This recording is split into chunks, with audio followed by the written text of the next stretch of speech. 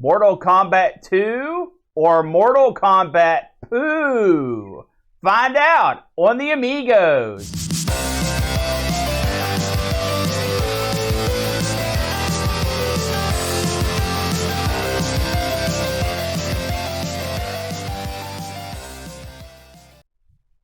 Hello, everyone. Welcome to an exciting edition of the Amigos Everything Amiga podcast. I'm your good friend, your good chum, Amigo Aaron.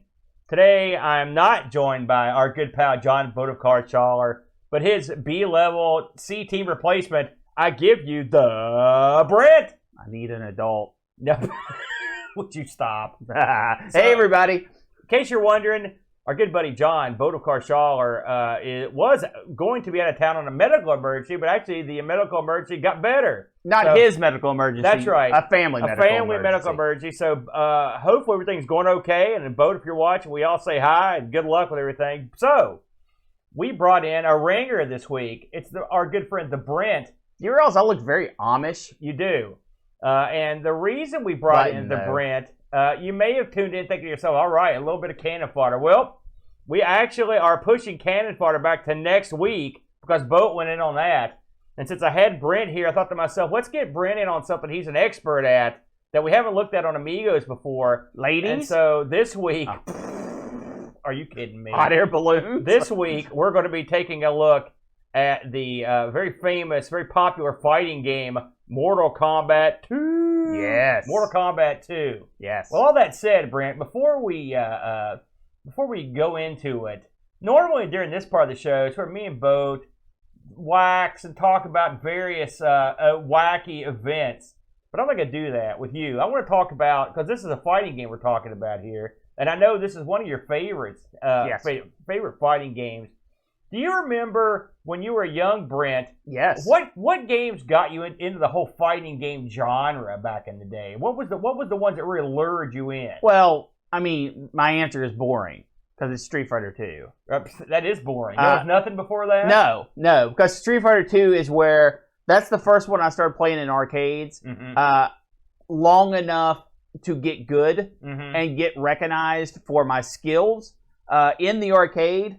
Man, those were good times, weren't they? Yeah. When you could walk into an arcade and people would be like, oh, crap, it's that guy. Yeah. And it would be like, yeah, I'm that guy. Yeah, you were the guy. Those were good times. Now, of course, we both grew, we had an Amiga when I was older, but you were still in the house growing up.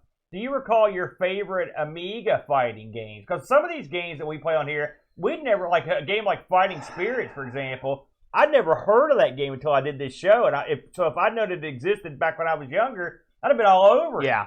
Panzer Kickboxing. Yeah. That's by far, being able to tweak your character was super awesome and something that Street Fighter 2 or your Mortal Kombat 2s didn't offer. So not only was it interesting from that perspective, but it was also a good strategic fighting game. Yeah. What about, now I remember we used to play Body Blows a lot back in the day. Yeah.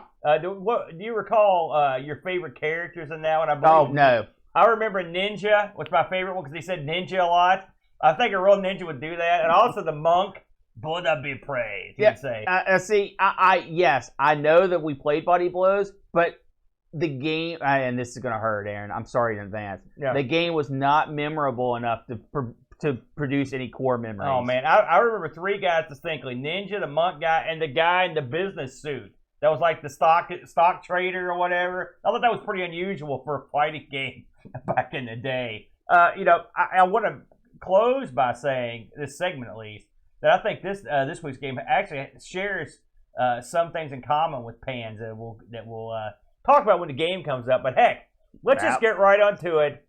Let's get into a little Amiga news, Brent. Amiga news.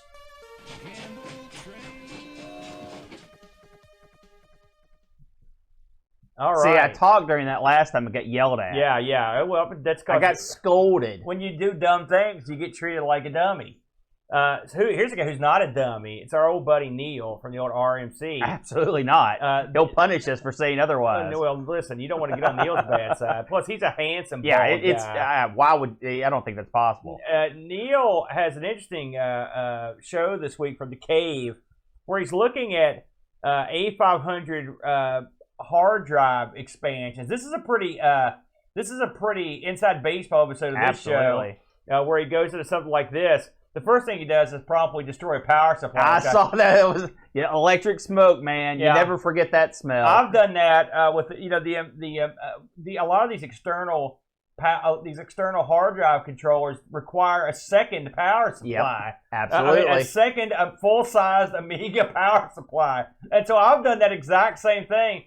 I knew it was time to get a new power supply when I heard it sizzling. It was still working too. And then there were also bugs living in it. That was weird. So that thing was... Well, it's warm. I guess so. Yeah. So anyway, he looks at a couple of these. It's funny. I've got at least one of the two he talked about here, complete with the way it looks. It's fun to see him go in and these old, incredibly old drives he puts him to sport around with. That's a clean looking drive there. Well, it looks pretty clean. He goes into one that's got a bad switch. It's a pretty interesting video to watch. It's funny. These things sort of got kicked to the curb in a lot of ways because of the rise of stuff like SD card solutions and compact flash and whatnot. So you don't really necessarily have to use these old drives. I've got a couple of these things that I've got one that I was going to put a SD solution. I just never got around to it. Now, Aaron, that brings up an interesting conversation. All right. Oh, really? Okay, I can hear this. Where do you lie? I mean, if the technology's there, and let's say it's not priced to the moon, right? Yeah. Would you be interested in adding a hard drive to your Amiga? Well, I've got my 1200's got one. You're right, but I mean the external, yeah. Nah, well, so I've got a couple external solutions for the 1000. Mm-hmm. Here's the thing. Here's the dirty little secret. All right, I use my 1200 when I need a proper Amiga. Right. Okay. Or if I need something that's close to a proper Amiga, I'll use the Mister. Sure. But if I want to do stuff like save states and stuff, listen, love them or hate them, I go with Cloanto's Amiga Forever. It lets me save stuff. It's super compatible. It gives me no trouble, and I use that a lot. This week's game, I actually played on 3 different things. I put on the 12. Actually, I played 4. I played it on the 1200, the Amiga Mini, the Mister, and Amiga Forever. I played it on all of them, just trying different setups and speeds. And so there are rare occasions where I'll do that. But for the most part, I don't need, I've got a couple Amiga 500s, but I don't really see any reason to put a hard drive on. I've got an Amiga 1000. I've got 2 hard drives sitting there, but I've never bothered to even put them on. Okay, let's go one step deeper then. Right. If I said, Aaron, for Christmas, I bought you an Amiga 500 hard drive. Yeah. On an excited scale from 1 to 10, 10 being the highest. Yeah. Where would that gift rank to you? Oh, 5. 5-ish. It depends if you have memory on it. Is there an accelerator creeping around that thing? That'd be cool. No, bare bones. Oh, then it would be 4. All right. 4, because I've got a couple already, So it's okay. All right. So that's just not having these baubles that hang off your machine. Just not a huge. Let me put it in perspective. I don't know if you watched the video where me and Bo had the Coco 3 out with the multi-port thing on it. All right. And I've got uses for that, and I still don't have it hooked up because it's like longer than the frame. It's like yay long. It just takes up so much freaking space on the desk that I put it back in the box. So occasionally I break it out. Well, I'm just saying, I call him like I see him. All right. There you go. That's fair. Plus, I'm thinking I'm trying to work out a deal with David Z on some of this extraneous Amiga stuff. Have you seen his house? He's got everything. Well, some people really dig that. Next on the docket here, it's our good buddy Doug with the 10-minute Amiga Retrocast. This time out, this is a pretty. Where I told Doug, where was this episode 5 or 6 or 7 years ago? This is a video on how to capture video from the Amiga. Man, the first couple years, me and Bo tried this. I mean, we've given up, by the way. Yeah. Thanks to Rushi and plus some stuff that I bought myself, I've got every conceivable thing you can have to hook an Amiga up to a capture card. But still, it's always a nightmare. Yeah. And the hilarious thing is the Unamiga, which I bought exclusively, was the exact same way. Yeah. It was exactly the same way. And so Doug here, he holds your hand, he pats you on the back, and he walks quietly got a natural path to the ability to output video on your Amiga. I will say it's a lot easier than it used to be to do this. He starts off with the ever popular. He gets the old converter out, for the SCART cable. We went that route too, by the way. We went S video. Jason Warren's made us a cable back in the day. But listen, we're not Doug. Doug's got all the angles covered. He's got everything. And so Doug will teach you how to do this the Doug way. And he actually goes into several different ways to capture video and what you can and can't do. Then he actually has the audacity, the guts, the incredible cojones to show you how to try to capture video from your Amiga and broadcast it with OBS. Whoa. Yes. Now, Aaron. Yes, good luck. Do you feel that you could do this now if you had the equipment? Does he hold your hand that much? Well, that dummy Aaron can pull it off? He didn't teach me anything I didn't know in this video. Maybe a couple little things. Wow. But one of the things I like about the Mister, for example. No.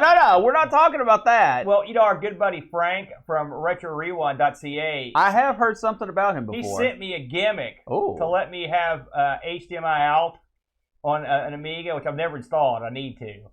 Listen, we've got a lot of stuff going on. It's hard to have time to do this stuff. Look, I set up this new table. We got that going for us. Frank, if you want to send me gifts, I will use them immediately. No, listen, don't listen to him, Frank.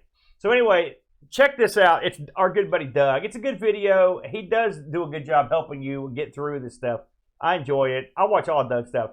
Here's a goof, a big old goof. You've already introduced me. No, another one. Oh. This one's a far more talented goof. This is our buddy Chris Edwards. He was dubbed he was glorified with this poster that made him look like Indiana Jones. And that's cool. He's taken this to heart. And so now he's a crazy doctor type guy. He works on this Amiga 3000 here. And at the end of this video, I don't want to spoil it, but I'm going to. Because it's funny. He actually talks to himself in a pretty amusing part, and complete with the PJ pants that he always wears. I found this highly amusing and entertaining. So if you are amused by Chris Edwards' antics like I am, it's funny. I put him over last week because of his incredible prowess at repair, and this week I'm going to put him over as being a wacky cat. So I thought that was thought that was amusing. I'll be honest with you, I don't even know what this is that boats linked up here. Now, Aaron, that is the sticky post at the top of the thing. Oh, I see. That's not news, Aaron. We're explaining it. Listen, both didn't mention this, they didn't link it, but I'm going to mention two further things that are this week. I believe sometime somebody in the chat room can set me up here. Oh, they're setting you up, Aaron. The big Amiga gathering is going down. I believe if it's not this weekend, next weekend in Germany. Okay, this is a huge deal, and a lot of people are going to this. Are you going? I wish.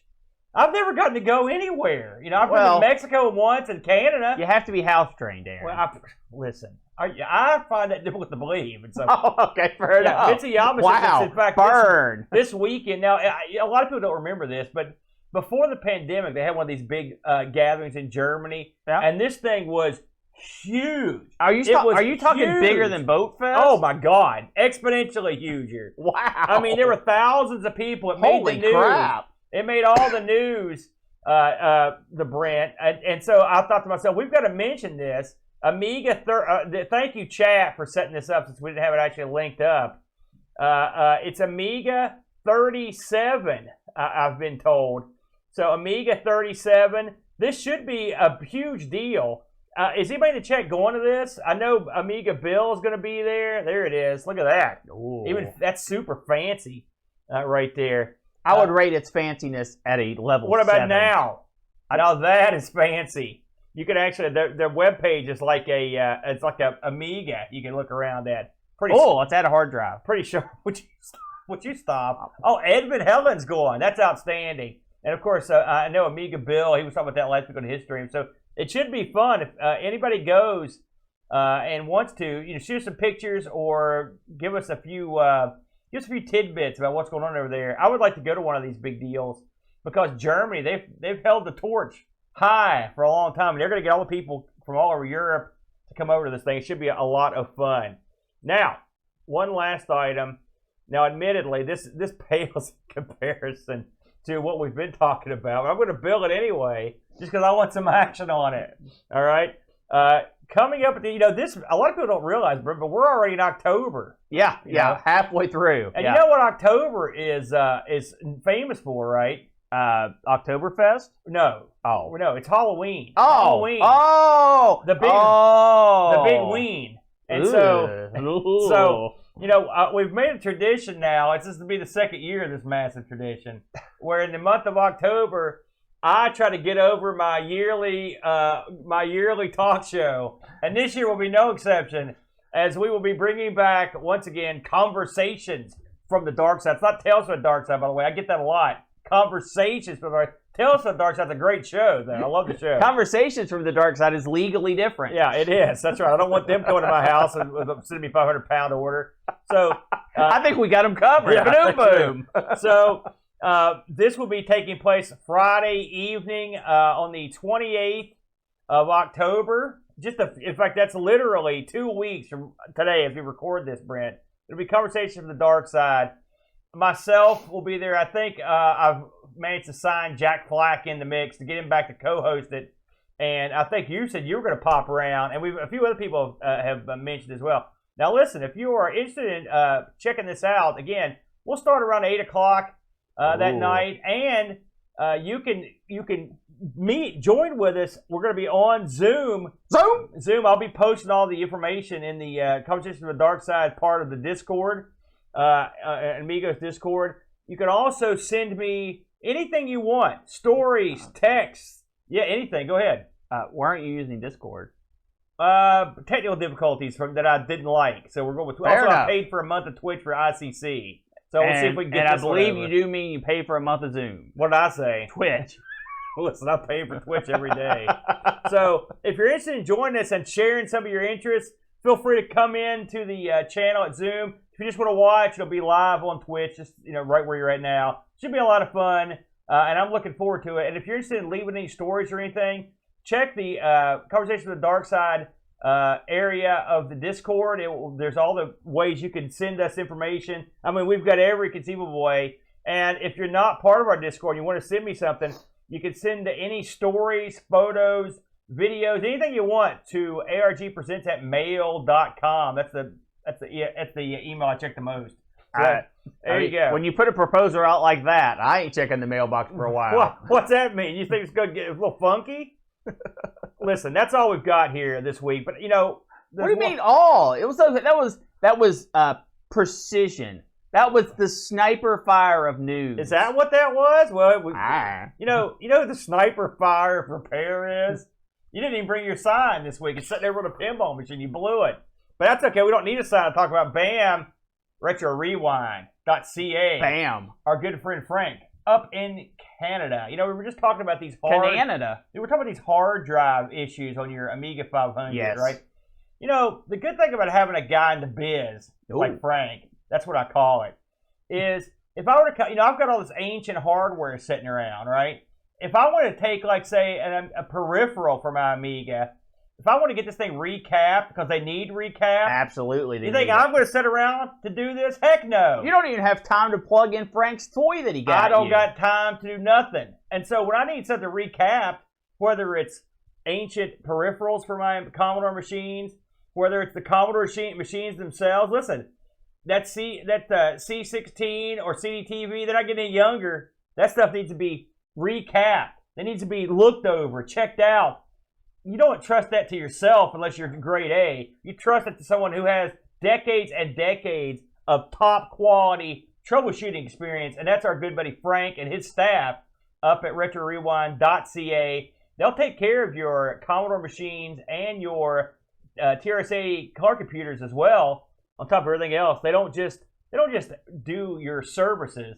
They'll actually sell you things. Beneficial things, Brent. Well, I was talking about getting you that hard drive, which you completely poo-pooed. What if I was to get you some sort of SD solution? Listen, you can't go wrong with an SD solution. You can't go wrong with something like the SDC, which Frank sells for the car computer. the Kung Fu Flash. These are all top shelf.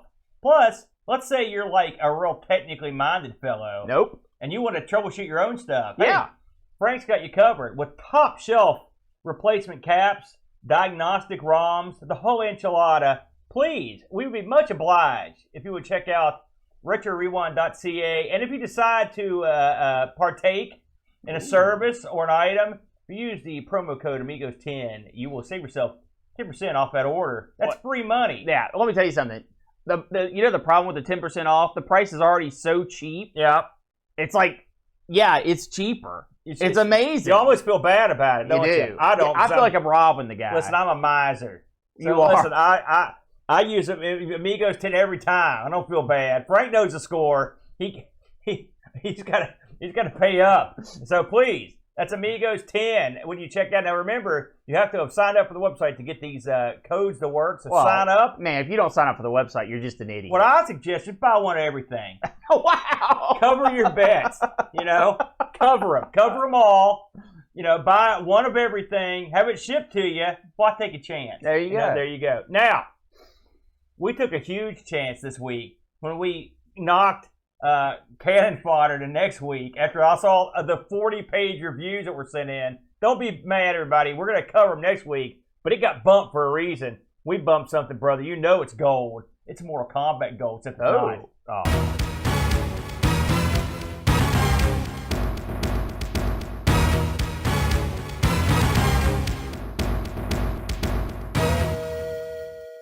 But I want to touch, before we get too deep into the Amiga side of this, just as a refresher, because a lot of people here aren't necessarily the biggest fans of arcade machines or arcade fighting games, just a little touch.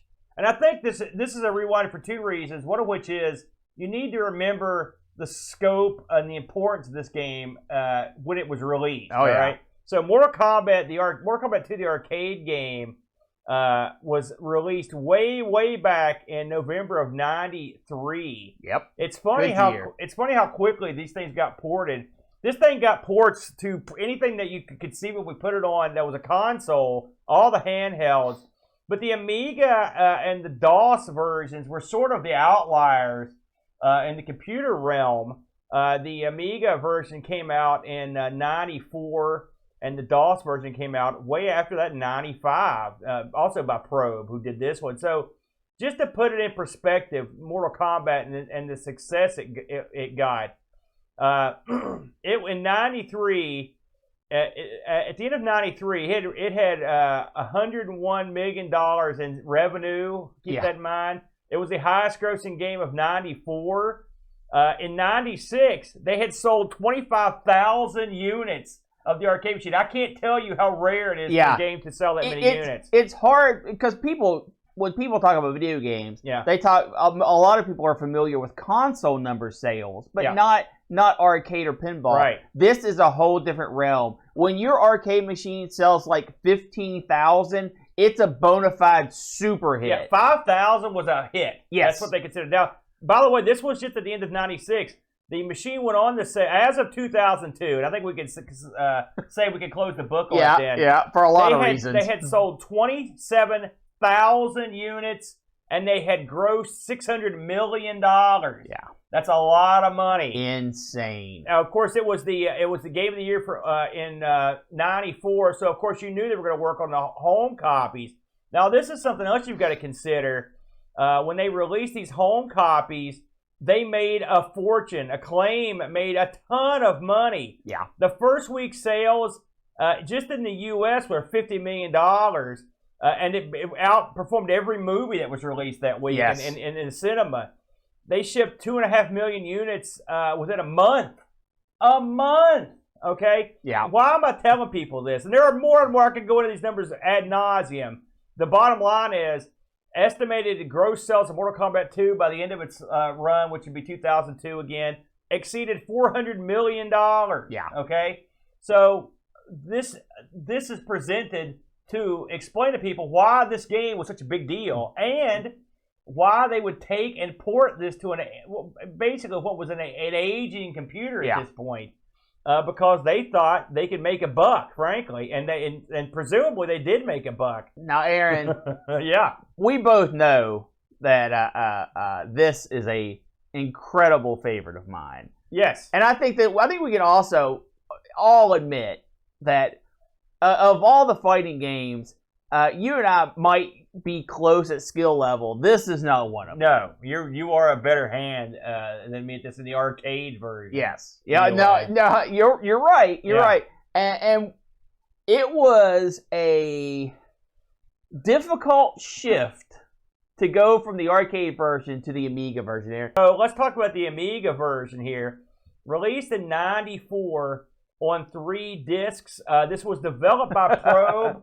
Probe has a horrible name, but they produced a lot more stuff than I thought they did on the Amiga. I mean, we've looked at a lot of the stuff they produced. Aliens 3, Outrun Europa, Primal Rage, Road Blasters, just a ton of stuff. And it was published by Acclaim. Acclaim did like the Simpsons stuff on the Amiga. Also did Super Smash TV, T2, Aliens 3. So they had a cup of coffee on the Amiga. Acclaim. They didn't go bananas. They had some stuff. This support 1 or 2 players, and were coded by a couple guys that actually sort of knew what they were doing. One of the coders, David Leitch, was involved in Primal Rage. We'll get to him because his coding on this was pretty much exclusively to the AI that was ported over from the Genesis. Okay. And by the way, he also ported over the AI on Primal Rage, which we've talked about on the show before. The main coder on this was a guy named Richard Costello. He worked on the Gauntlets. He worked on Golden Axe, which we both love. Hot Rod, which me and both like. Mortal Kombat 1. Motorhead, Primal Rage, and T2. So he's got a pretty good history. Most of the rest of the people didn't work on that much in the series. The music, Alistair Brimble, and the musician, Anthony Putzen. From what I've read, according to the people over at Hall of Light, that in terms of the music, Brimble was responsible for instrument sample optimization and drivers. So he was more of a technical side of it. Right. Whereas the other fellow, Putzen, actually did the music proper. Yeah.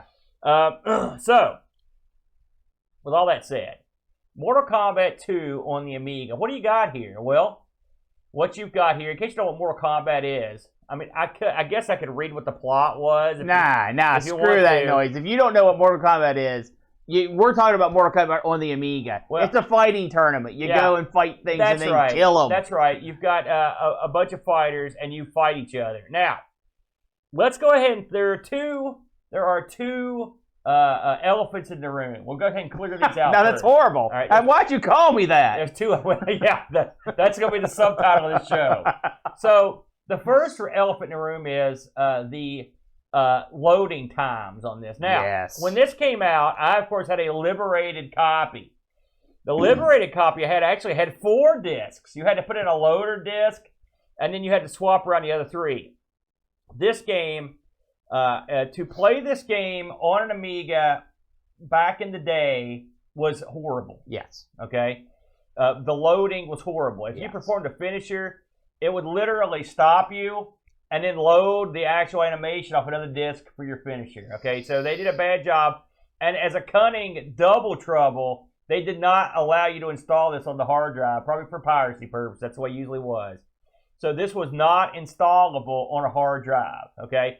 So I want to preface my whole entire look at this game by saying I am looking at a modern version of this game, the WHC load version that loads up without you having to do anything, okay? Yeah. If you're playing this on your classic Amiga without a hard drive, I'm sorry. You are gutsy. and by the way, this shows you the passion I had for this game and others. People bought this, and they did play that way. Yeah. And it was best you had. So you didn't have much of a choice. You just did it. But it was tough, okay?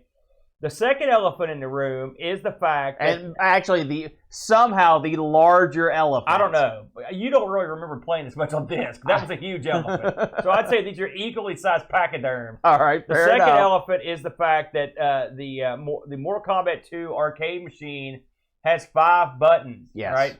A high kick, a low kick, a high punch, a low punch, and a block. Yes. The Amiga has 2 buttons. Yeah. 2 buttons, and that's if you're lucky. And I was going to say at best. Or 1 button. Now, as you can imagine, a game that requires split-second timing and complicated button and joystick presses has been exponentially made more difficult by the limitations of a two-button system. Now, I talked to Brent earlier today, and he was like 2 buttons. I was like, yeah. He goes, and I had the same thought you did, because I distinctly remember playing this with all the buttons. I was sure I'd played it. Well, that was Super Street Fighter II Turbo. Yes. Someone had went in there and hacked in all the buttons. It would be great if someone would do that to this version. Well, but it may be more difficult given the way this thing is rigged up. Yeah. Not to tip my hand, but I remember playing this and thinking, God, that was so much better when Aaron and I were playing it. What's going on? Yeah. I'm going to have to ask him about this. Now, and then I was like, oh, yeah. Something else I want to get into, me and Brent actually have played this together. Yeah. I looked through our old shows, and we did an Amigos Plays once with Boat there, and me and you played this because Boat had hated it so much that he was furious that I didn't hate it. He demanded that I play it, and you were there, and we played it, and you, at the end of it, you said, I don't hate this. So Bo was upset that you didn't hate it. So are you sure I didn't say that just out of spite? No. I mean, I could have said that just out of spite. You do that, but not in this case. So before we get into it, I wanted to say all this stuff because, yes, have we played this against each other? Yes. And did we play this substantially this week? Yes. So we are ready to go on I think a fair look at this game. So this game was ported over. I saw 2 different sets of images of information on this. Some people say this was ported straight over from the Genesis, but I also read that some people said this was built at the same time as the DOS version, and so there could be some crossover there. Now, I looked at the Genesis version, just an FYI, and I think it probably, especially since I read that they ported over the AI from the Genesis, right, that this probably came from the Genesis. And if you're watching at home, you can see as these two run side by side, they do have quite a few similarities in the size of the characters and stuff. You're going to see that in the Amiga version of this, you're getting a more washed out version graphically. I stand by the fact that I don't think this looks that bad. In fact, I'd go to say it actually looks really good. But given what you had to work with, I think it works pretty well. Now, there were multiple ways you could play Mortal Kombat 2. I recommend if you get the 2 meg version that requires 2 megs of chip memory, you get little flourishes that you don't get on the non-2 meg version. Very possible. Including music in the character selection screen, other bits of music you don't get, sound effects, call-outs, stuff that you don't normally get without the 2 meg. So get the 2 meg version of this if you're going to get one. I saw no less than 3 different versions of this, okay? Yeah. So including with different like intros. I don't mean like the Mortal Kombat 2 intro. I mean like the splash screen. That's right. Yeah. So I'm not sure what's up with that. I can't tell you. This game also, in terms of the way it runs, it's going to run differently depending on what you play it on. Yeah. Which is why I played on so many machines. If you play this on a 500 versus, say, a 1200 versus an accelerated Amiga, you're going to get a better experience with an accelerated Amiga. There's no doubt about that. So, with all that said, your initial thoughts when you booted this thing up?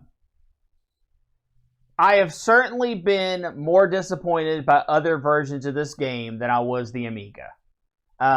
Again, my very first thought was, I can't remember how to turn on 5 buttons. Why can't I remember how to turn on 5 buttons? Yes. My gosh, what have I done wrong? I went and I started searching around. I started looking for the video where we played it, and that was how convinced I was that this had more than 2 button support. Eventually, I was like, okay, let's just do this. 2 buttons. Here we go. Is it bad? No, it's not bad. It's not bad. However, it's also not Mortal Kombat 2. Yes, everything is there. Yes, I mean everything. Yeah. All the fatalities, yes, babalities, friendships, all of that's in there. Even the hidden characters are in there. I was surprised because I actually got to a couple. That was surprising too. But it was, and we've talked about this before. If you have, being in a modern day setting, does this bring something to the table that you couldn't find in the arcade that made me want to play this version over something else? Absolutely not. However, not harping on that, looking at the package I was given, I played this, and I'll be honest, after I played this for several, well, not several hours, but 90 minutes to 120 minutes, That's 2 hours. Yeah, I know. That's a couple hours, not several. Oh, geez. But after I got done playing this, I actually quit, loaded up the arcade version because this made me want to play Mortal Kombat. Yeah. Which is exactly why I feel like if you want to play Mortal Kombat, this is not the way to do it. But I applaud the Amiga for, first of all, graphically, I think it's fine. Are you missing frames of animation? Oh my goodness, yes. But everything in the game is there. It just doesn't feel like Mortal Kombat 2 at the end of the day when you're someone like me who has just done tons and tons of Mortal Kombat 2. So I want to get into a couple of the what made the Amiga version different for real quick. Okay. I want to talk about the controls first. Of course, we're talking about... It's crazy time. So, just to tell you how this works, again, we talked about there are 4 attacks in the arcade, 4 attack buttons, okay? Right. You've got 2 buttons in this. So, for example, in the arcade, if you wanted to throw a sweep, you would pull down and hit the low kick button. Yes. Okay. Well, you can't do that in the Amiga version. How do you do it? You press down, then away, and you hit the button, and that's how you do it. Okay. So like this, and then away, like that. Okay. And then so it's almost like a special move. It is. To do a roundhouse kick, you press away and high, and your high kick button, which is one of the 2 buttons, to execute. Special moves, like the hardest guys, and we'll get into this in a minute with the individual characters. Some guys that use block, for example, that makes it very difficult to do any of their maneuvers, and we'll get to that in a minute. Just a few other things that made the Amiga version different. I'm not going to say special because that's not right, but different. So first of all, and someone mentioned this in the chat, the backgrounds in this, all the backgrounds are here. But they're static. In the arcade, of course, no animation. And in the other versions, they actually, you'll get a lot more movement and stuff. Growling trees, you don't get bubbles, that here. Okay. Number 2, the Shao Kahn has all of his phrases, but he doesn't announce the round numbers like he does. But he does, like at the end when you fight him. And I heard a ton of them, but I don't know if I heard them all. But they say he's got all of his phrases. That's something. That's kind of neat. The stage fatalities are there, which is cool. Yes. So the spikes work. Even falling off the spikes work. The pool of death, acid works. The pit works. Those all work. So all that stuff works. Does it have the end guy, Katara? Yes, he's there.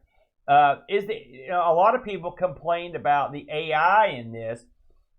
Which you would complain about it because the AI in Mortal Kombat's cheap, but they actually got that right. Yeah, this plays very similar to the Genesis version and the arcade version, which they give you a couple rounds, then they come to murder you in the 3rd round. It's almost always like a guy like Liu Kang or like Johnny Cage, and they just screw, and they are cheap as heck. Well, in fact, it's been proven that the arcade Mortal Kombat reads your inputs. Yeah. And, when you're doing that, as your AI for a fighting game, you're a jerk. Yeah. But, it was the 90s, so whatever. And so that is odd. There's another oddity on the Amiga, and I was like, what's going on here? And I read this on Moby to confirm it. When you start as the player 1, it brings you up as player 2. Yes. Which it tells me that the people making this must not know much about how the Amiga joystick situation is. That was strange. Because I played Mortal Kombat 1 this week too, and Mortal Kombat 1's not like that. Yeah. I don't know why Mortal Kombat 2 is like that. I read on the early versions of this that there were tons of things that would freeze up your game. So there were like glitches, lots of glitches. Now, I did not have a single issue with a glitch that froze up the game, not one. But this was rampant in at least the early releases. I don't mean like the disc screwed up. I mean like the game locking up. for various reasons. Well, to be fair, I guess that's sort of true to the arcade. You can log it up there too. Well, but it was much, much worse. Yeah. Now, let's talk about some of the characters in this. Overall, I'm a Kung Lao guy myself. Kung Lao played, I mean, it's well as you can play him with 2 buttons. I had pretty good success because his moves, the guys that have moves that are more joystick oriented have a better time than guys that are more button intense. So, for example, Raiden is a good guy to play in this because his moves don't require a whole lot of dexterity because his moves are like back, forward, right, dive. Down, up. Yeah. On the flip side, someone like Melina or, in particular, Liu Kang, I couldn't hardly get anything to work with Liu Kang because of the way his maneuvers work. Yeah. They're very difficult. Where you've got a high punch and a low punch or 2 variations of the same move. Yeah. It was. Yeah. Did you ever get off his bicycle kick, ever? I did not spend a lot of time with I Liu never Kang. got off one time. So, yes, there are some characters that they've really hamstrung. Now, I looked at the docs on this, and the characters are true to their moves. Like, they didn't change any of the moves. And I think this was a big mistake that they think they learned something because they used, from what I've heard, they used the same engine for this they did on Primal Rage, which we did look at. Primal Rage had a much better control setup because they catered the controls to the Amiga's control setup. Right. And you'll recall, we had a much better time controlling the Primal Rage guy. Now, does Primal Rage look this good? Even AGA, I don't think does. But Primal Rage is a much more playable, it's less frustrating to play, in my opinion. Did you have a guy that you went with in particular on this version? People you would not want to play at all. Well, you don't want to play Shao Kahn. You can't play as him. I mainly stuck with Melina because Melina's who I made in the arcade. Oh man! But while I was frustrated, but I wanted to try. I wanted to be able to do her stuff, and I never got to a point where I was comfortable. Then I tried some time with Scorpion. And his main move is easier. Yeah. But I was getting off his teleport pretty well too. Yeah. But you can forget that scissor kick. I couldn't get that thing off at all. Something else, Shang Tsung, excuse me. I tried to play with him and I could never morph. But I know morphing's in this, and as I recall, you could only morph with the guy you're playing. Yeah. In the arcade, he can change into any character he wants. Right. So that's kind of a bummer. And I guess he's pretty much boned when he plays Katara or Shang Tsung. I know he can't teleport or morph into those. This game gives you options in terms of the ease of play, but they're a joke. Yeah. I put it on the lowest level and I had to struggle. You can set yourself up to get 30 credits, which I did, and I played all 30, and I almost beat Katara, but I couldn't do it. And I tried a lot this week. I could not get past Katara. I had to go watch someone play Shao Kahn to see what the endings look like.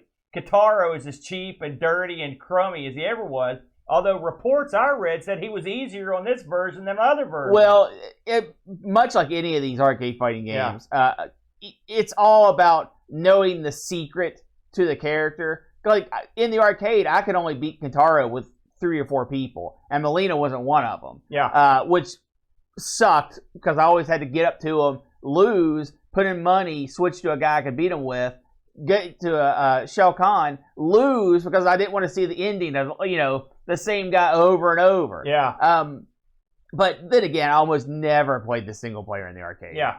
But yeah, it's the AI in this is not adaptive. It's just cheap. It's just like it is on every other home version. Yeah. Cheap and dirty. And so for people complaining about the Amiga version, don't feel bad. This is one area where you're sharing the pain of every other console version. Yeah. A real super cheap AI. To say that they ported the AI over directly, they should have changed the AI to make it a little more fun. Last on the rest of the stuff, there are endings. At the end, Shao Kahn blows up. You get sort of a wordy ending for your character to start with the arcade. So that's all there. Listen, minus cool photos. Whoopsie guy's there. Like I said, the hidden characters are there. It's weird that I got the Jade after winning one round, which apparently is the way it works in this. One round of the last match before the question. Oh, mark. Yeah. But that's the way I read. That's how they do it here. Everything is here. I'm gonna give them credit, and the fact that they could compress this onto 3 discs is pretty impressive. Actually, it's incredible.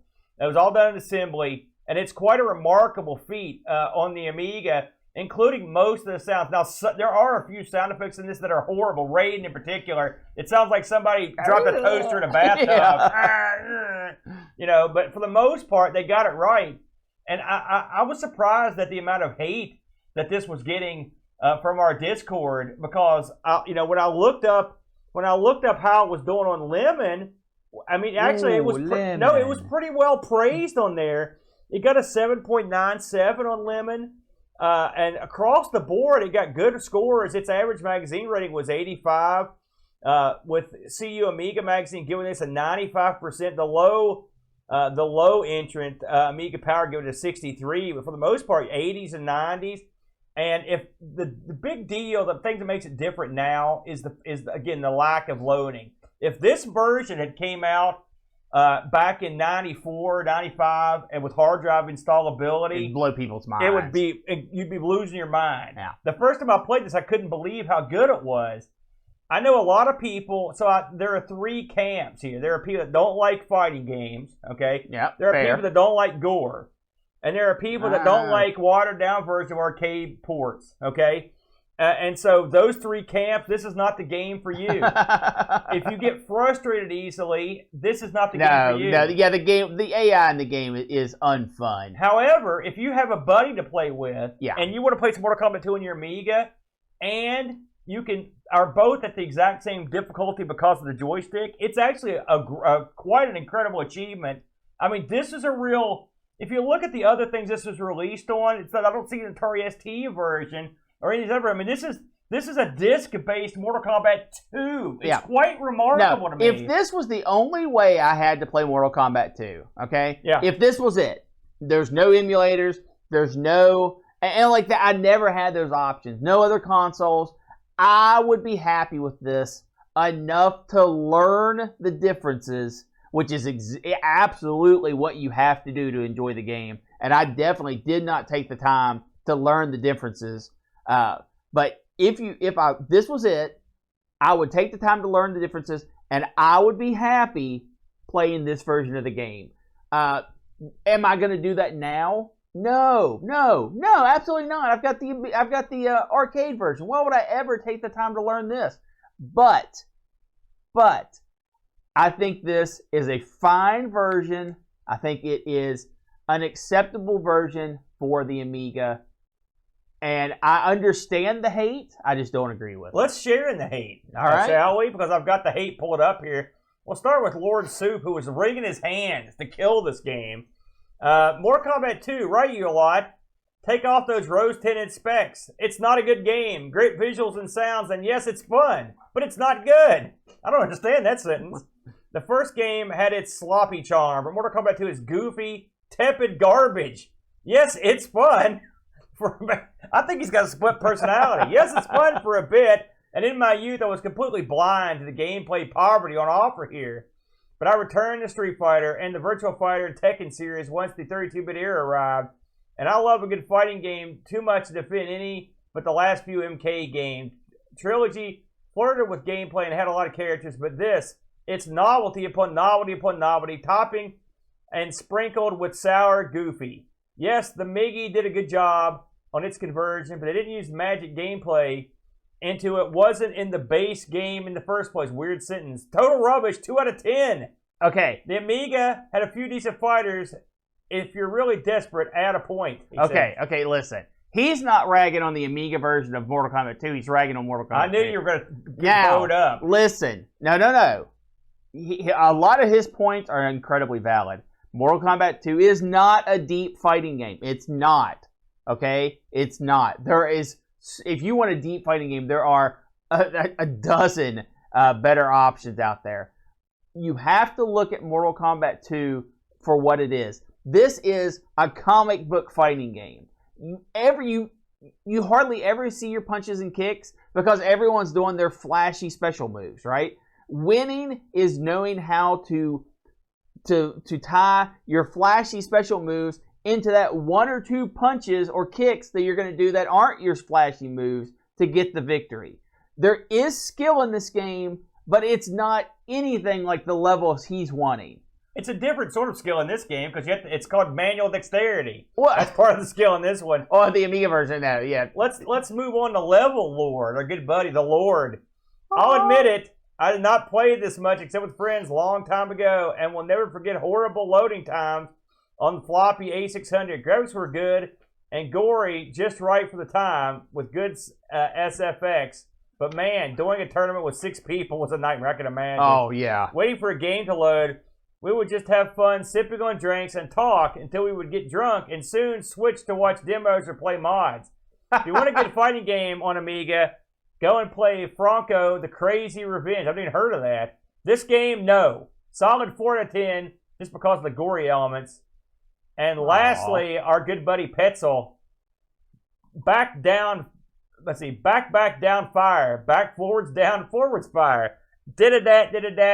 I don't know what is more difficult, learning moves for the Amiga single-button controller, Mortal Kombat 2, or learning Morse code. It doesn't matter. Even when you learn the moves, Mortal Kombat 2 will cheat against you and you will lose. Yes. That's sad because the game was initially attractive. It looks good, it sounds good, and it feels good, but it smells rotten. That's a beatdown right there.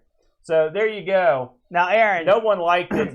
And lastly, just to take this to the house before you sum your side up, before I forget them, I looked up on eBay. If you're in the UK, our good friends over there, picked this up for $45 to $50 boxed. Not bad. I noticed there were a lot more Mortal Kombat 1s than Mortal Kombat 2s, ironically. Yeah. But this is far, far better than Mortal Kombat 1 for the Amiga. Oh, yeah. Your final thoughts on this one? If you want to know how I feel about this and how this fit into my childhood, I recommend you look up places I played on the Amigos channel. Oh, your one show. Yeah. Well done. It does talk about Mortal Kombat 2 and where I played it as a youth.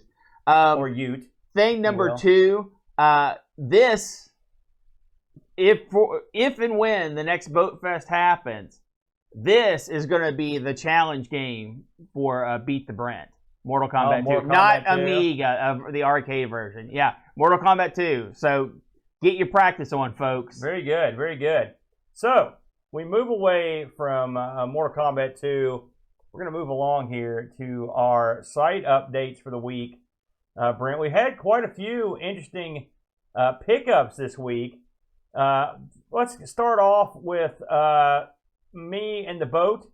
We did a little thing we like to call the Atari ST show, and this week we looked at a game called Cracked. You may have played this on the very popular Atari 7800. I guess it wasn't that popular. Now I was gonna say that's where I played it, and that's where I owned this, was the Atari 7800. The truth of the matter is, I didn't like it on there either, and we didn't necessarily like it on here. But we don't give it all away. I'm not giving it all away. You have to tune in, and plus people tune in just to look at Boat. He's a good-looking, handsome man. He's speaking. He's got that kind of voice that I just think, well, like, hey y'all. That's my role and thing. So that is the Cracked retrospective. I like how I put that. That's an apropos wording of that. Next on the docket, holy smokes, this came from our International Computer Club. This is a Pajako joint that we pieced out, and this is Pajako talking about the BBC Micro Games. Fun system. This is great. Why dig through ICC when you can bypass it and just watch this? and we appreciate Pajako letting us actually put this up. Absolutely. Thank you, Pajako. You know, he's waiting in the wing with his lawyers just to get us. Well, listen, did you get written permission in triplicate? Thankfully, we had permission to put this up. We thank you. And like I said, the Beeb is one of those systems we haven't had a whole lot of experience on. Me and you have more than me and Boat do because of ARG. So this is one that we're definitely gonna. This makes me want to look into it more. Some of these games look really good.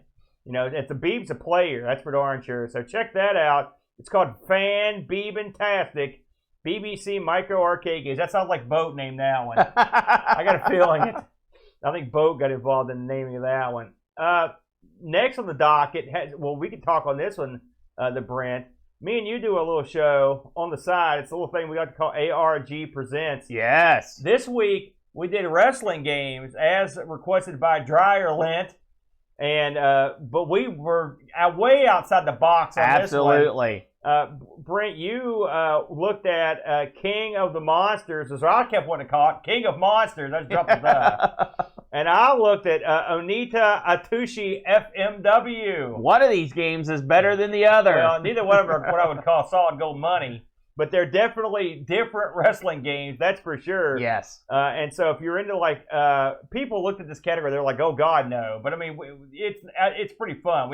They're unique, non-wrestling wrestling games. Yeah.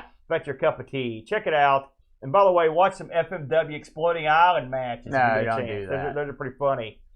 Last this week, this one. This is another one that came straight out of the ICC, Brent. This is the Tandy Assembly right here, man. Look at this, dude.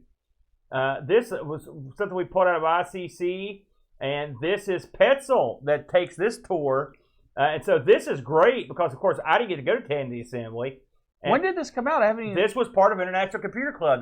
This was right, but what the video came out yesterday. Okay. Actually, believe it or not, this was just 2 weeks ago. So this was he took this the same weekend we did ICC. He did this video. This is a great look at this event. Woo, look at all that good this stuff. This event looks like it was a lot of fun. So if you want to have a look at what's going on, even if you're not a Tandy fan, I think you would find some stuff in here to enjoy. They're really pushing these things to the limits. How can you not be a Tandy fan? Some people aren't down with the Tand. I don't know what to tell you on that, man. So that's all we've got on our channel. We're going to head over to the Amiga Stream to show a couple offerings there this week. You know, I've been working diligently on an arcade rig. Yes. Over here, so we could stream from the arcade rig. And I had a test run last Friday night, and it was the Sorcerer's Hollow. I misspelled hollow. I had to go back and change that, by the way, especially since it's on the sign. Holla. But it was the live gameplay action. A lot of people don't realize that you named our arcade the Sorcerer's Hollow. Yes. And it's funny because on this week's white Sprite Castle, I'll get it. On this week's Sprite Castle, Flack looked at the only home port of Satan's Hollow on the C64.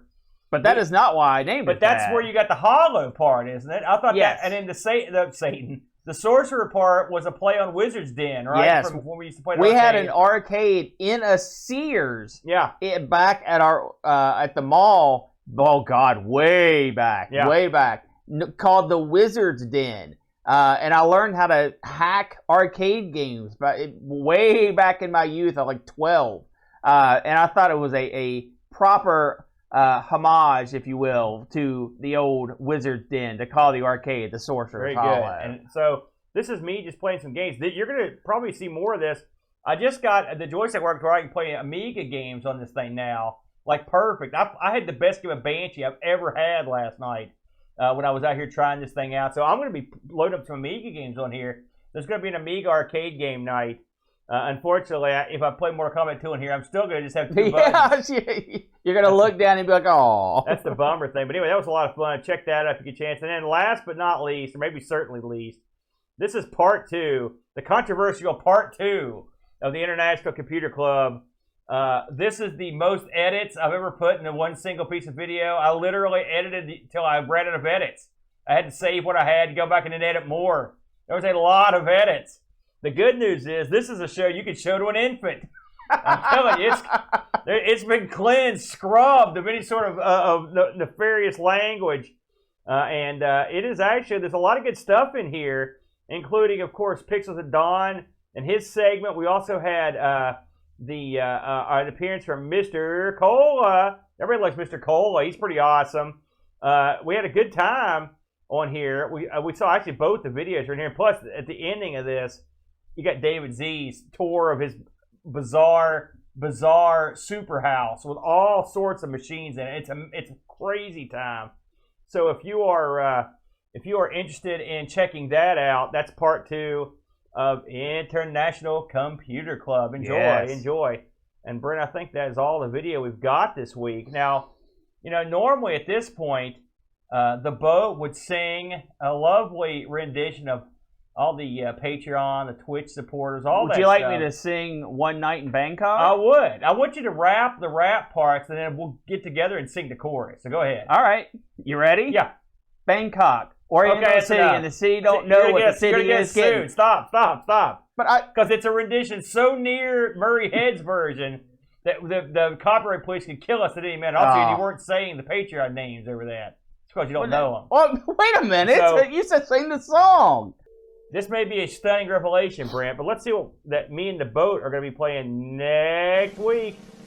The survey says, bam, cannon fodder. Didn't even have to change the box. Worked out great. Beauty. So next week we'll be playing cannon fodder. We won't be leaving anybody out because Boat's more organized than I am. And your organizational skills they're pathetic, frankly. Let's be honest. I'm so organized, I don't need organization. Oh, yeah? Then where's the Patreon list, homie? Yeah, over there? Yeah, it didn't help us here. Thanks for joining us, everybody. Brent, any parting thoughts? I like cheese. That's rather obvious, frankly. Good night, everybody. We will see you next week for Cannon Fodder. Until then, adios.